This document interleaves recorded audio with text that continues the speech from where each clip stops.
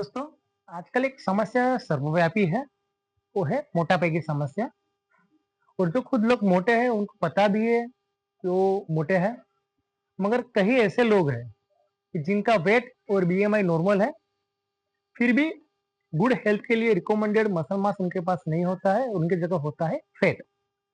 वो लोग दिखने में पतले दिखेंगे, हाथ पैर पतले होंगे, मगर टमी एरिया उनका बड़ा होगा। अगर लेडीज है तो उनका हिप्स एरिया में फैट हो सकता है। तो इन लोगों को भी उतनी ही लाइफस्टाइल बीमारी का खतरा है जितना मोटे लोगों को है। तो इन लोगों को जब अगर पूछा जाए कि आप एक्सरसाइज में क्या करते हो, तो उनका एक ही आंसर होता है, मैं वॉकिंग करता हूँ, डेली चलने जाता हूँ। कोई तो दिन में 2 बार चलने जाते हैं, कोई 4-5 किलोमीटर तक चल लेता है। इसमें एक नई प्रजाति भी है, वो जिम की फीस भरेंगी, अपना व्हीकल लेके जिम तक जाएँगी। और आपने देखा होगा कि ज़्यादातर जिम टॉप फ्लोर पर होते हैं, तो वहाँ भी वो सीढ़ियों के बजाय लिफ्ट का यूज़ करेगी। और वहाँ जाके करेगी क्या पता है? बस ट्रेडमिल, जस्ट ट्रेडमिल। कोई आधे-आधे घंटे तक ट्रेडमिल करेगा, कोई 1-1 घंटे तक करेगा। और फीस भरी है तो थोड़ी-सी साइकिलिंग और इलेक्ट्रिकल भी कर लेते हैं। इन लोगों को ये लगता है कि वॉकिंग ही हमारे लिए बेस्ट एक्सरसाइज है, जो हमारा फैट लॉस करेगा। अभी एक्सरसाइज जनरली 2 टाइप की होती है, एक कार्डियो एक्सरसाइज और स्ट्रेंथनिंग एक्सरसाइज। इनके बारे में डिटेल में आने वाली वीडियो में मैं बताऊँगा। मगर जो ये वॉकिंग करने वाले जो लोग हैं, उनको अगर आपको बोला जाए कि आपको वेट ट्रेनिंग करनी है या स्ट्रेंथ ट्रेनिंग करनी है, तो वैसे दूर भागेंगे जैसे उनको लगता है कि मैंने मसल मास गेन कर लिया, तो मैं मस्कुलर बन जाऊँगा। और मसल होना शायद बुरी चीज़ है, तो खास करके 40 प्लस लोगों को या फीमेल लोगों को। मैं बताना चाहता हूँ कि मसल्स बढ़ाना इतना आसान नहीं है।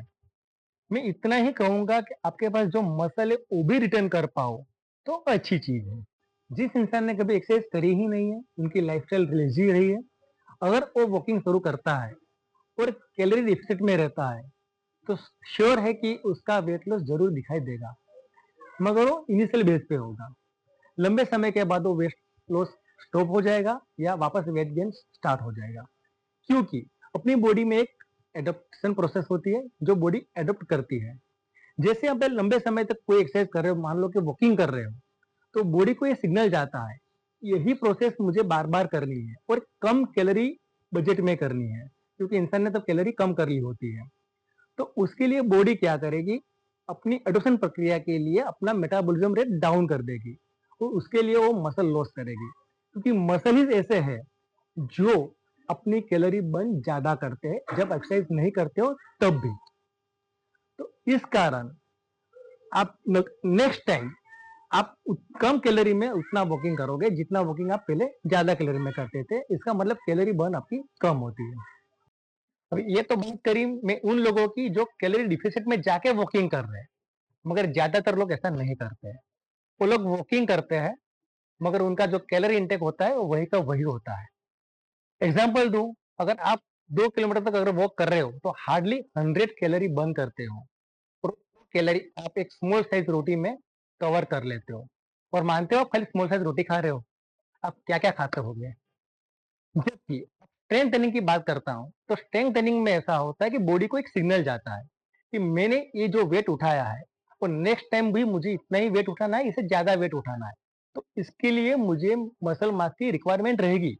तो बॉडी अपना मसल मास मेंटेन रखेगी या मसल मास को बढ़ाएगी, वो वेट उठाने के लिए। अपनी बॉडी में मसल ही कैलोरी बर्न करती है, वो भी रेस्ट मोड पर। और जॉइंट को सपोर्ट भी करती है। अगर मसल मास ज्यादा है तो आपके जॉइंट भी सेफ होंगे।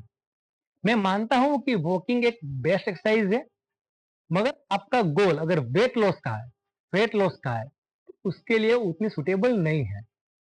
अभी जो भी टाइप की एक्सरसाइज है, कार्डियो एक्सरसाइज और स्ट्रेंथ ट्रेनिंग एक्सरसाइज के बारे में मैं आने वाले वीडियो में डिटेल में बताऊंगा। तब तक स्वस्थ रहे, मस्त रहे। धन्यवाद।